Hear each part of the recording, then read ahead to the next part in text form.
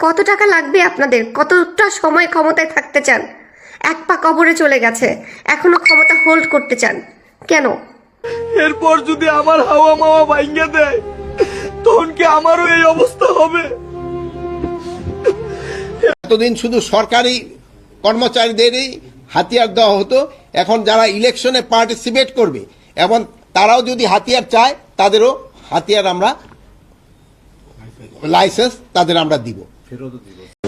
আপনি জানেন যে 5 আগস্টের যে ঘটনা, তারপরে থানাগুলো লুট হয়েছে, এখনো অনেক অস্ত্র উদ্ধার হয়নি। এই অবস্থাতে বাংলাদেশে যে এবং সব থানাগুলো ফুল ফাংশন না, সেই ক্ষেত্রে নির্বাচনে আমি এইটার বলবো না, আমি এখন বলবো যে দেখেন যে পেঁয়াজের যে দামটা, একদিনে পেঁয়াজের দাম 35 টাকা বেড়ে গেল।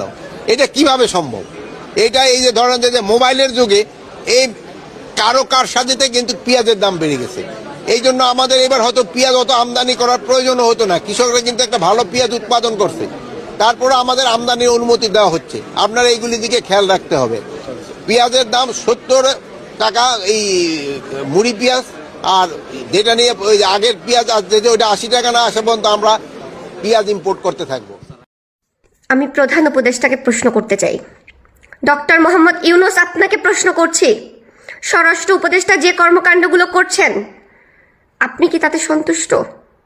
আমরা না হয় মূর্খ সূর্খ মানুষ, আমরা অত ভালো কিছু বুঝি না। আপনি তো নোবেল পেয়েছেন, আপনি তো আইন বোঝেন, আপনি তো সব বোঝেন, আপনি হচ্ছেন মহাজ্ঞানী। আপনিই বলেন, তিনি যা কিছু করছেন আমাদের দেশে, তার যে কর্মকাণ্ড, তার যে দায়িত্ব, তিনি কি ঠিকঠাক মতো পালন করছেন বা পারছেন? তাকে যদি দেশ নিয়ে প্রশ্ন করা হয়, আইন শৃঙ্খলা নিয়ে প্রশ্ন করা হয়, তিনি আমাদেরকে আলু পেঁয়াজের গল্প বলেন। তার কাছে যদি বিচার চাওয়া হয়, তিনি আমাদের সাহায্য কামনা করেন। আমরা কার সাহায্য কামনা করব তাহলে? তাকে যদি নির্বাচন নিয়ে প্রশ্ন করা হয়, নির্বাচনে শান্তি থাকবে কিনা, তিনি বলেন যে নির্বাচন প্রার্থীদেরকে লাইসেন্স দেওয়া হবে গানের। তাহলে লাইসেন্স নিয়ে যদি আমাদেরকে নির্বাচন করতে হয়, গান নিয়ে যদি আমাদেরকে নির্বাচনে যেতে হয়, তাহলে শান্তি কোথায়? আইন শৃঙ্খলা কোথায়? স্বরাষ্ট্র উপদেষ্টার কাজটা কি বলেন আমাকে, এইটার ব্যাখ্যা দেন। স্বরাষ্ট্র উপদেষ্টা কি শুধুমাত্র গানের লাইসেন্স দেওয়ার জন্য বসে আছে? থানায় থানায় গিয়ে কোথায় আলু বেশি দেয়া হলো, মাংসে কতটুকু লবণ দেয়া হলো, সেগুলি পরীক্ষা করার জন্য বসে আছে? কিভাবে বিচার করছেন? আপনারা তো বিচারও করতে পারছেন না।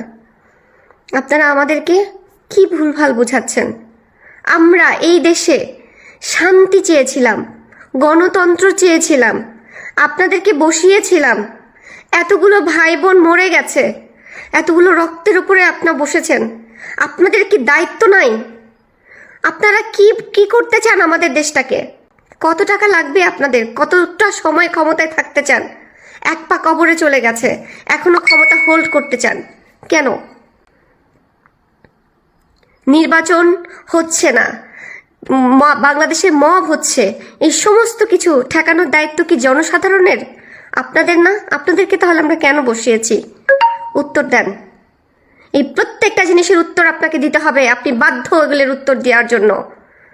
আমরা এই দেশে শান্তি চাই, শান্তি চাই, শান্তি চাই, আপনাদেরকে চাই না। আপনারা হচ্ছেন গণতন্ত্র হত্যাকারী। গণতন্ত্রকে